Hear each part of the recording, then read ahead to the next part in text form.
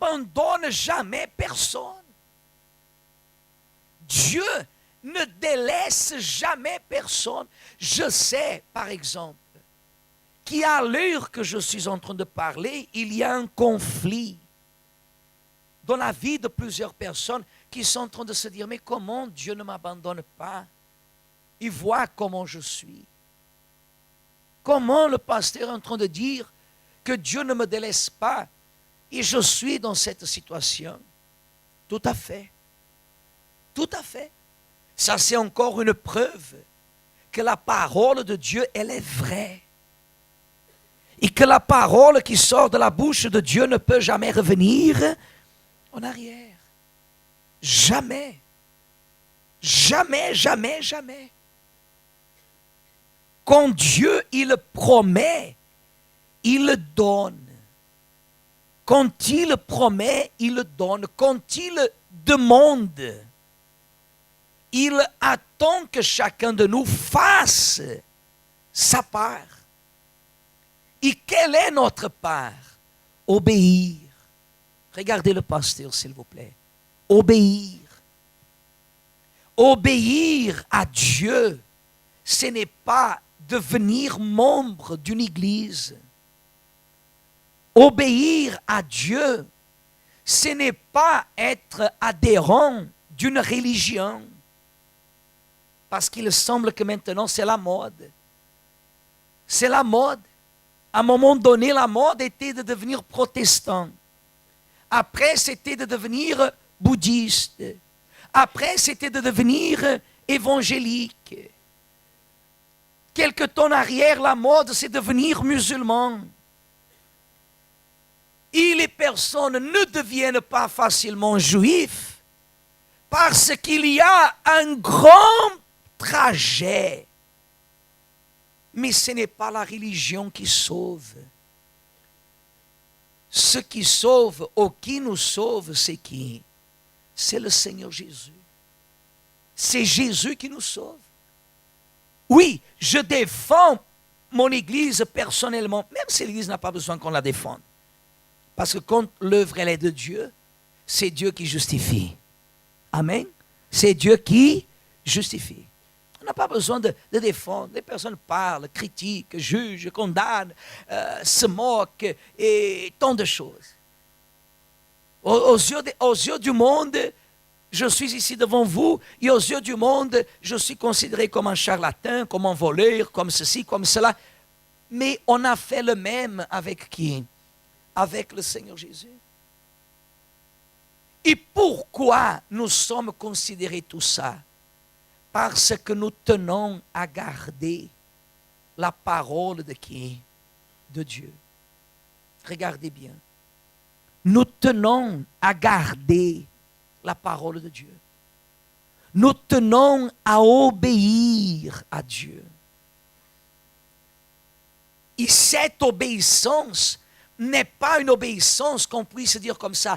Ah, c'est dur, c'est pénible, c'est difficile. C'est difficile si nous sommes des personnes que nous vivons partagées entre la chair et l'esprit. Mais si nous voulons plaire Dieu, la Bible dit que Dieu, il est esprit. Et il faut que ses adorateurs lui adorent en esprit et en vérité. Alors, quel est le meilleur état que nous pouvons être pour trouver Dieu au plus vite? Chair ou esprit? Esprit. Parce qu'il est esprit. Et si je veux trouver Dieu, qu'est-ce que je dois être? Esprit. Agir comment? En esprit.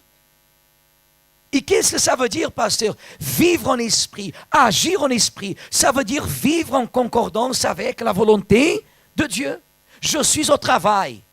Au travail, je travaille dans une banque, imaginez. Je suis conseiller bancaire et je reçois des dizaines de personnes par jour. Je parle avec les uns, je parle avec les autres. Je suis quelqu'un que j'aide vraiment les clients. Je m'investis avec les problèmes des uns, les problèmes des autres. Tant de choses dans ma tête. Mais je garde toujours ma posture dans la présence de qui? De Dieu. Je travaille dans un restaurant. Je sers des centaines de clients. Je fais la nourriture, je fais ceci, je fais cela. Je suis tellement occupé la journée. Mais cela ne m'empêche pas de me maintenir en quoi? En esprit. En esprit. L'état, c'est vous qui le décidez. Ce n'est pas Dieu qui impose. Notre état d'esprit, c'est vous qui le décidez. C'est vous qui décidez où vous voulez aller. Ou vers le haut, ou vers le bas. Et c'est ce que cette étude, rapidement, avant que nous participions de la Sainte Seine, il nous enseigne. Quel est le titre de cette étude? Le paradis sur terre, n'est-ce pas? Dit comme ça. Dans le jardin d'Éden, Adam et Ève n'ont pas voulu sacrifier, c'est-à-dire obéir à la voix de Dieu. Et ils ont perdu le paradis. Le sol sera maudit à cause de qui? De toi. C'est à force de peine que tu en tireras ta nourriture tous les jours de ta vie. Ainsi est la vie de tous ceux qui quoi? Qui désobéissent. Tous ceux qui désobéissent. C'est-à-dire, le paradis que Dieu nous offre aujourd'hui, ce paradis que Dieu a donné à Adam et Ève, était physique, était visible, il existait sur terre. Mais ils n'ont pas voulu obéir. Je ne vais pas entrer dans les détails, mais ils n'ont pas voulu quoi? Obéir. Ils n'ont pas voulu. Et des fois, la personne, elle agit vers la droite quand elle doit aller vers la gauche. Imaginez, j'ai déjà parlé souvent ici à l'église. Je suis à l'église. Je veux aller vers Stalingrad. Le pasteur me dit, sors et remonte à droite. Et moi, je sors et je descends à gauche. Est-ce que je vais vers Stalingrad? Non. Ce n'est pas possible que je fasse ce trajet. Et ce n'est pas possible non plus que je puisse me convaincre des choses qui sont irréelles. Car quand vous lisez, et on a lu au début, qu'il est écrit dans le jardin d'Éden, Adam et Ève n'ont pas voulu quoi? Sacrifier. Et ils ont perdu le paradis. Il a dit, moi je viens afin que les brebis aient la vie et qu'elles aient en abondance. Il n'a pas dit que peut-être. Il n'a pas dit si elles veulent. Il a dit sa fonction. Je viens. Et ma fonction, c'est que les brebis aient la vie et qu'elles aient en abondance. Mais la personne doit se soumettre naturellement. On a montré ce matin, quand la personne, elle vient en France, 99% des personnes qui viennent en France, elles ne viennent pas en France pour se promener, elles viennent en France pour vaincre, pour réussir. Oh, ce n'est pas comme ça. Mais pour réussir en France, on est obligé à obéir aux lois de quoi? De la France. Par exemple, la maman a un enfant, elle le déclare à la mairie, cet enfant doit aller à l'école, n'est-ce pas? Si cet enfant ne va pas à l'école, la maman aura des problèmes. Il y a un système.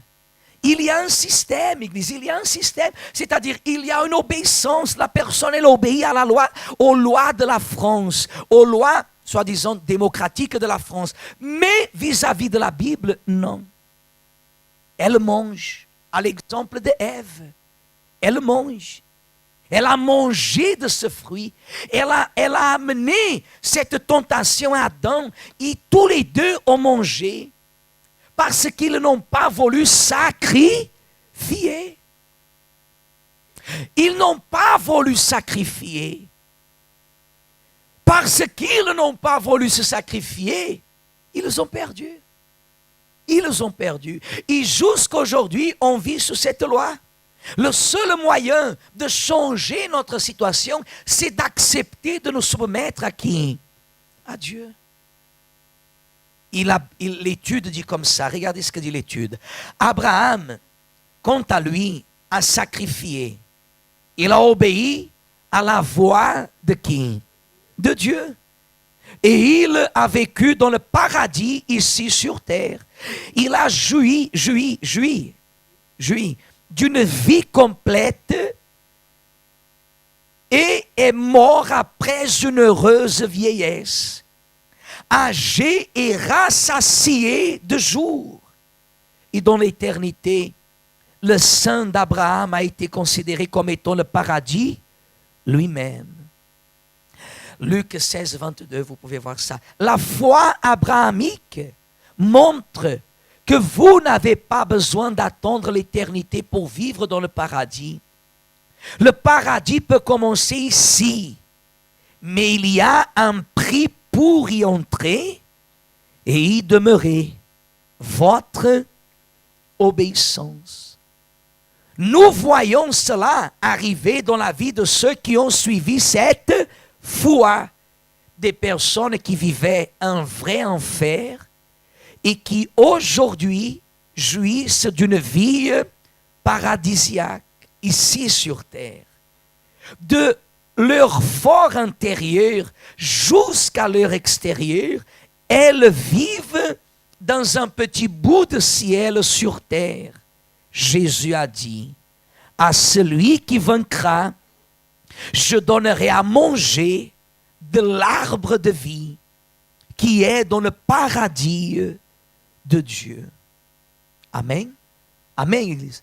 Regardez, il a promis qu'il donnerait à manger de l'arbre de vie qui est dans le paradis de qui? À qui il a promis qu'il ferait ça? À qui il a fait cette promesse? À celui qui vaincra. À celui qui vaincra. Regardez le pasteur. Ça veut dire qu'il y a une épreuve. Pour vaincre, nous tous, nous passons par des épreuves. Il y a une épreuve. Et à votre avis, est-ce que cette épreuve, on va la voir quand on sera au ciel? Ceux qui y seront, attention. Parce que moi, je serais hypocrite si je disais que toutes les personnes qui viennent à l'église seront sauvées. Non. Non. Sauvés seront les enfants de Dieu. Ceux qui l'acceptent et qui l'obéissent. Et vous voyez ça, là, quand il parle du sang d'Abraham, lisez à la maison. Luc 16, 22, n'est-ce pas? Lisez à la maison, vous allez comprendre. Regardez le pasteur. Comment pouvons-nous comprendre où nous devons vaincre? Jésus a dit, celui qui vaincra. Quand est-ce qu'on a l'opportunité de vaincre? Tant que nous sommes vivants. Tant que vous êtes en vie. Nous avons l'opportunité de vaincre. De vaincre. Et vaincre comment? En obéissant. Abraham avait 75 ans comme on a lu. Et il a accepté d'obéir à qui? À Dieu. Vous avez déjà remarqué comme il est difficile de dire quelque chose à quelqu'un qui est déjà avec un certain âge.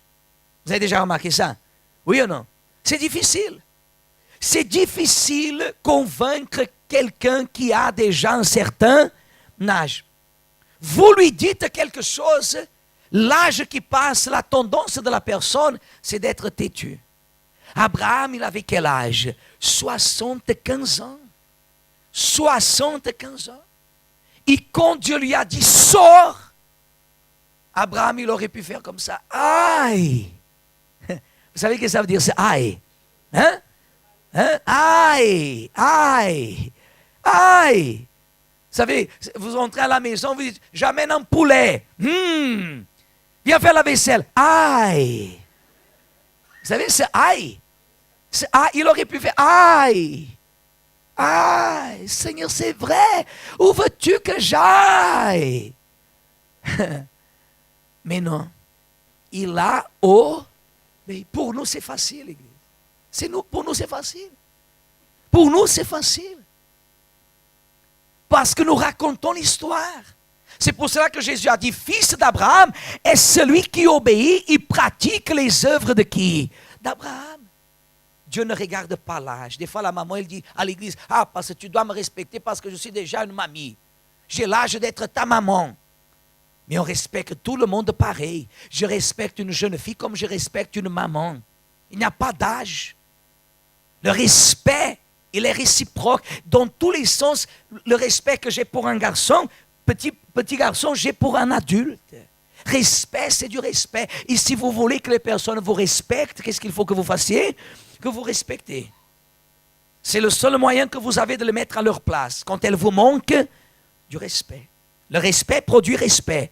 Et si quelqu'un ne vous respecte pas, vite fait, il sera mis à sa place. Obéissant. Ils n'ont pas voulu obéir. Le vainqueur est celui qui obéit. Le vainqueur est celui qui fait la volonté de Dieu.